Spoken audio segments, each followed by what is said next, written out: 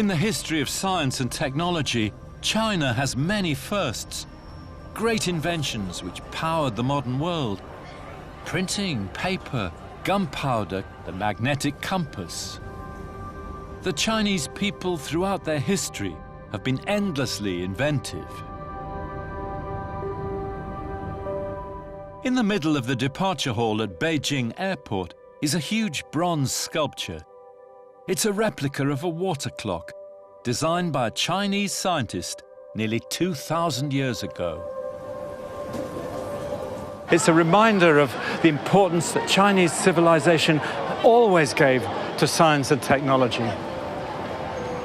In modern times, it fell behind the West in that, and especially in the period of the Cultural Revolution in the 1960s and 70s. But 40 years ago, the movement began to restore science and technology in China.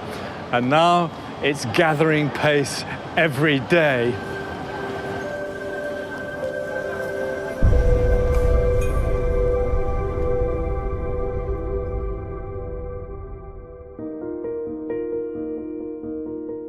Today, China is investing huge resources to get back to the top in technology and science. And there's no more public symbol of that than the high-speed train. China has the world's largest high-speed network, trains taking you almost soundlessly across this vast country in just a few hours. And this all started 40 years ago, at a time when China was still in its first industrial age. It was the dream of China's new leader then, Deng Xiaoping. In 1978, Deng went to Japan and saw how far China had fallen behind. 新干线列车当年是210公里的时速，而中国的列车时速是60公里，反差如此之大，可想而知邓小平受到了什么样的刺激。Deng's fact-finding trip to Japan had convinced him that bettering the lives of the Chinese people could only be brought about through the latest technology. He saw modern robots in the factory making cars. He saw the most modern steel plant in the world at that time. He talked to Matsushita, who the great electronics man, and he could see the extraordinary technology. And he was excited like a little kid in seeing all those things. Through the 1980s, technological developments in China moved swiftly, from installing mainframe computers to rocket science. The Chinese tell you that they hate chaos and that they're very conservative and they're patient and they take it slow. Nonsense. You know, they haven't taken it slow at all. They've been extremely rapid and taken huge risks in their development, for the most part, have succeeded. But at the heart of China's technology boom in the 1980s and 90s was electronics. At the center was the fast-growing metropolis of Shenzhen. The electronics market here was soon the largest in China. Hello. But China's developing high-tech industry was based on imported technology and parts, and cheap local labor doing the processing and assembling for export.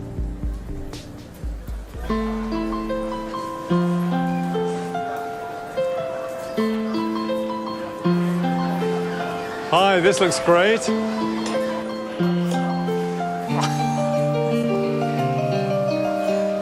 So this one is 485.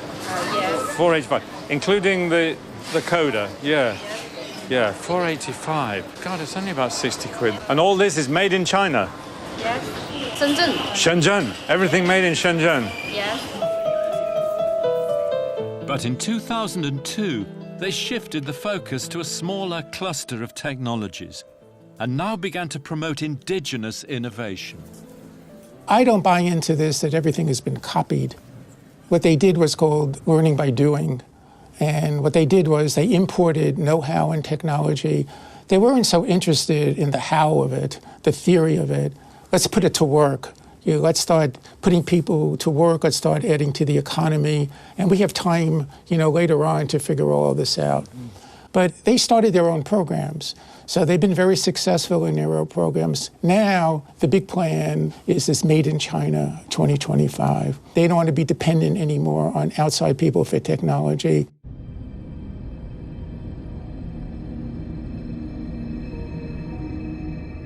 In 2014, the government widened its focus again, looking at the entire manufacturing process, not just in the area of technology, but also in modern services and in traditional industries like the railways. Made in China 2025 was born. 10年的时间，我们就从技术引进，然后到自主研发，然后到完全自主开发设计的这个高铁动车组。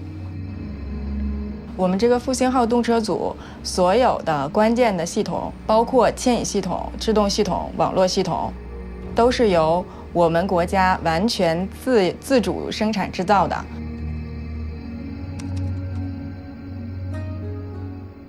我们现在最高的实验速度是420公里，是2016年7月15号在正徐客专创造的。 Fantastic, absolutely fantastic. So how big is the network now?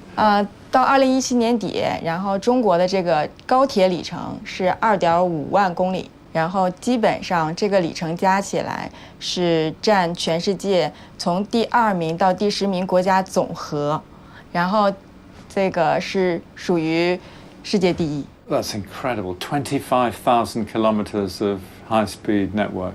Looking at the future, the network is still expanding. How do you see the future? 到2025年，应该全国的高铁线是3.8万公里。我们时刻准备着走到国外去。 So while China is aiming to be self-sufficient in traditional technologies by 2025, the next goal is to be at the cutting edge in the development of new technologies.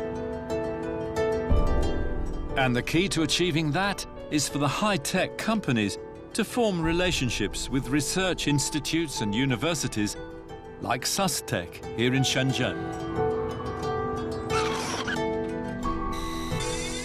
And this is beginning to change the way China teaches science, with the emphasis now on innovation and creativity. Hi, everybody. Can I interrupt you? Okay. So what are you doing at the moment? We are doing an experiment to produce carbon fiber reinforced polymer composite. Wow. Yeah. And can I just ask you, why did you choose this university? In SUSTech, there are many opportunities and options. I can just do what I want to do in this laboratory and choose the topics that I'm interested in and do something that I am so passionate about. So you have a choice of research areas. Yeah. How about you? We can choose our major according to our strong point and personal development requirements. Right. Yeah, and make sure we are work on something innovative and have our talent cultivated. Right, right. So a lot of freedom. Yes. Yeah. Freedom and diversity. Yeah. And it's already beginning to work. In 2017, Shenzhen alone generated $338 billion, over 40% from innovative tech businesses. And the next plan is to expand China's Southern Development Zone to include Macau and Hong Kong. This area is one of the most economically developed areas in China nowadays. And by combining Hong Kong and Macau, the central government has a plan to develop the whole Pearl Delta area into one of the biggest bay areas in the world to become competitive as compared to Tokyo Bay and San Francisco Bay. So China has gone from the first industrial age to the third in just 40 years. And Shenzhen, a small fishing village 40 years ago, has been transformed into a giant metropolis of 13 million people, a high-tech hub, home to huge firms like Huawei, DJI, and Tencent. Okay, this is the future. It's so future that you have to address a robot to begin with. We'll try. 你好，小七，小七。你好。 It works. And today, these companies are flexing their muscles on the world stage, looking forward to the fourth industrial age. I will follow you. Lead on, Xiaoqi. The AI is the fourth industrial revolution. The primary work on AI, deep machine learning, was done in the United States. But going forward, it may be that you need not the people who make the breakthroughs like deep learning, but the tinkerers, the people who follow Edison and apply electricity. And China is a nation of tinkerers. Tencent developed and owns WeChat, a multi-purpose super app with over 1 billion monthly active users. And they're now applying it in many areas, like health and medicine. The phone is a good point of contact to connect to other devices. I input some symptoms on a WeChat interface, then there's an AI robot at the back end that tells me what potential departments and specialties that I should go to first try. In cancer screening, we make use of AI-assisted medical imaging analysis to enable radiologists to better find early tumors. AI never gets tired. Computer can work 24 hours a day. I'm very optimistic. I can foresee that AI being applied to other types of detection. There are really numerous opportunities that the product teams that we have are trying out. So AI and robotics are the next arena, and China's access to big data may give them the edge.